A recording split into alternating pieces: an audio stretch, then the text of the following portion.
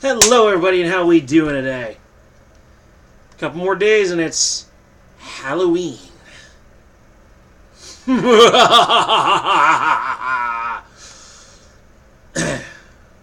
Where'd that come from? Anyway, today from Reason.com, Free Minds and Free Markets. It says Rand Paul and John Stossel talk about ending America's wars.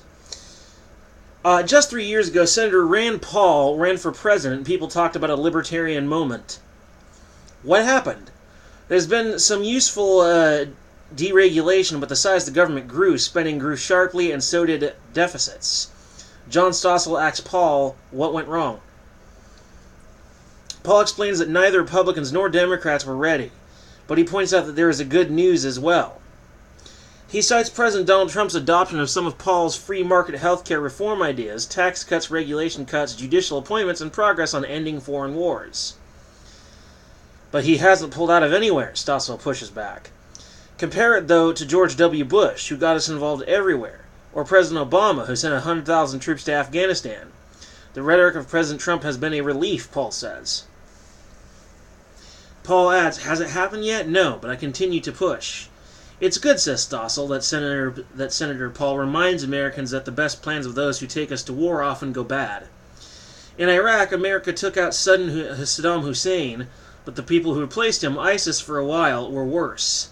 In Libya, America got rid of dictator Muammar al-Gaddafi, but now torture and slave markets operate in the power vacuum left behind. Because that's what happens when you just go around attacking terrorists all the time. And for those of my critics who might say, oh, well, you talked about just kicking ISIS' ass continually, one leader after another. Yeah, because that's only one group. You're not creating a power vacuum if you're only after going one group. Any power vacuum that originates would be within the group alone. And eventually, if you take out enough leaders of said group, they'll get weaker and weaker and weaker until they're no longer a threat. You don't have to get rid of ISIS completely. All you have to do is to destroy any chance they have of ever being a threat ever again. And that may also include completely annihilating their credibility.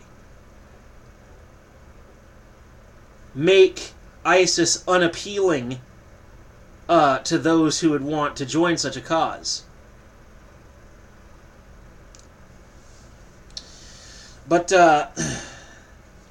nonetheless, Rand Paul is correct as far as, the best laid plans of warmongers always going awry. However, his talk of Trump supposedly pulling out of places and going libertarian, I don't see it. He's still in Syria. He's still going after that oil. And 1,000 troops are pulled out of Syria, but they're just being put someplace else. So I really don't see what he's talking about here. I don't see it.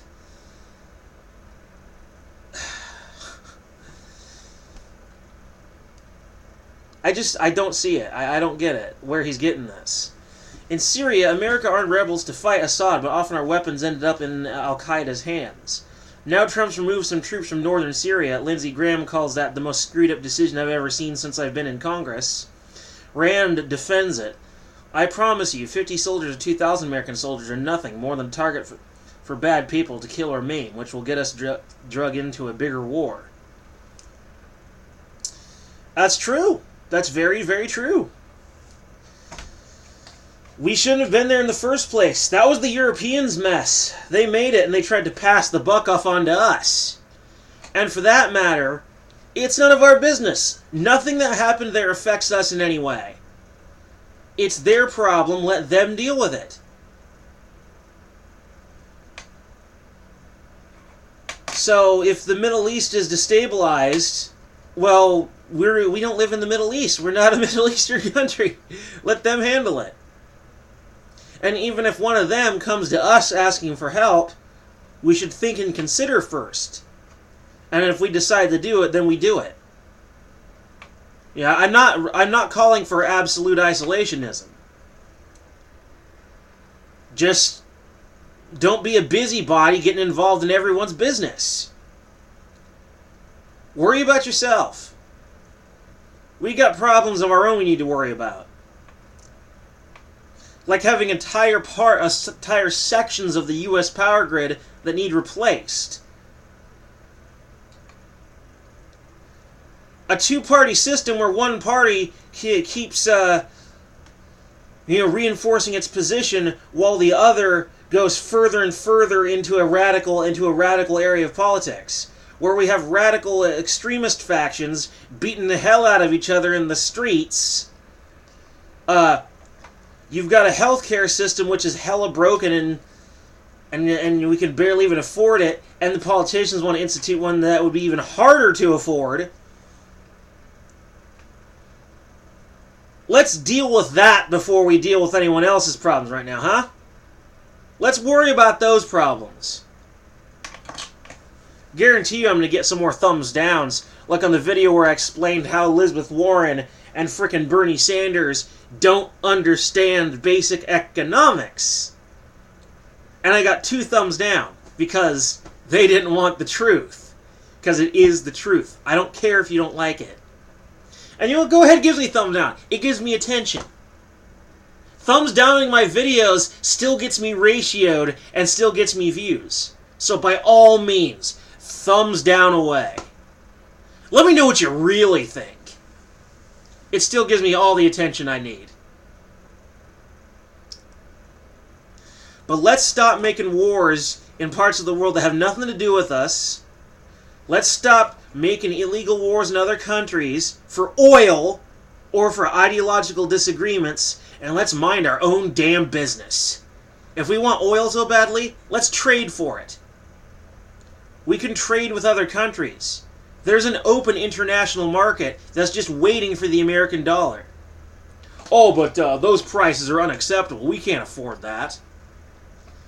Well, gee, then don't you think maybe you should stop spending in other areas? Employ a little fiscal responsibility and make it so that you can afford it if the oil is indeed so precious? If you pulled away from the if you pulled away from the military-industrial complex and shrunk it down, you know how much money you'd free up?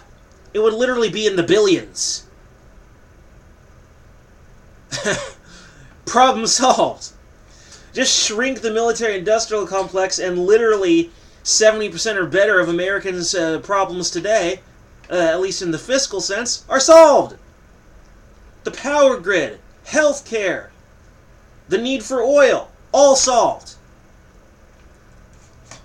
Dealing with extremism and the current moral panic about where people believing that there are secret Nazis everywhere, that's going to be a little harder to deal with. Anyway. Thank the gods for Rand Paul. Peace.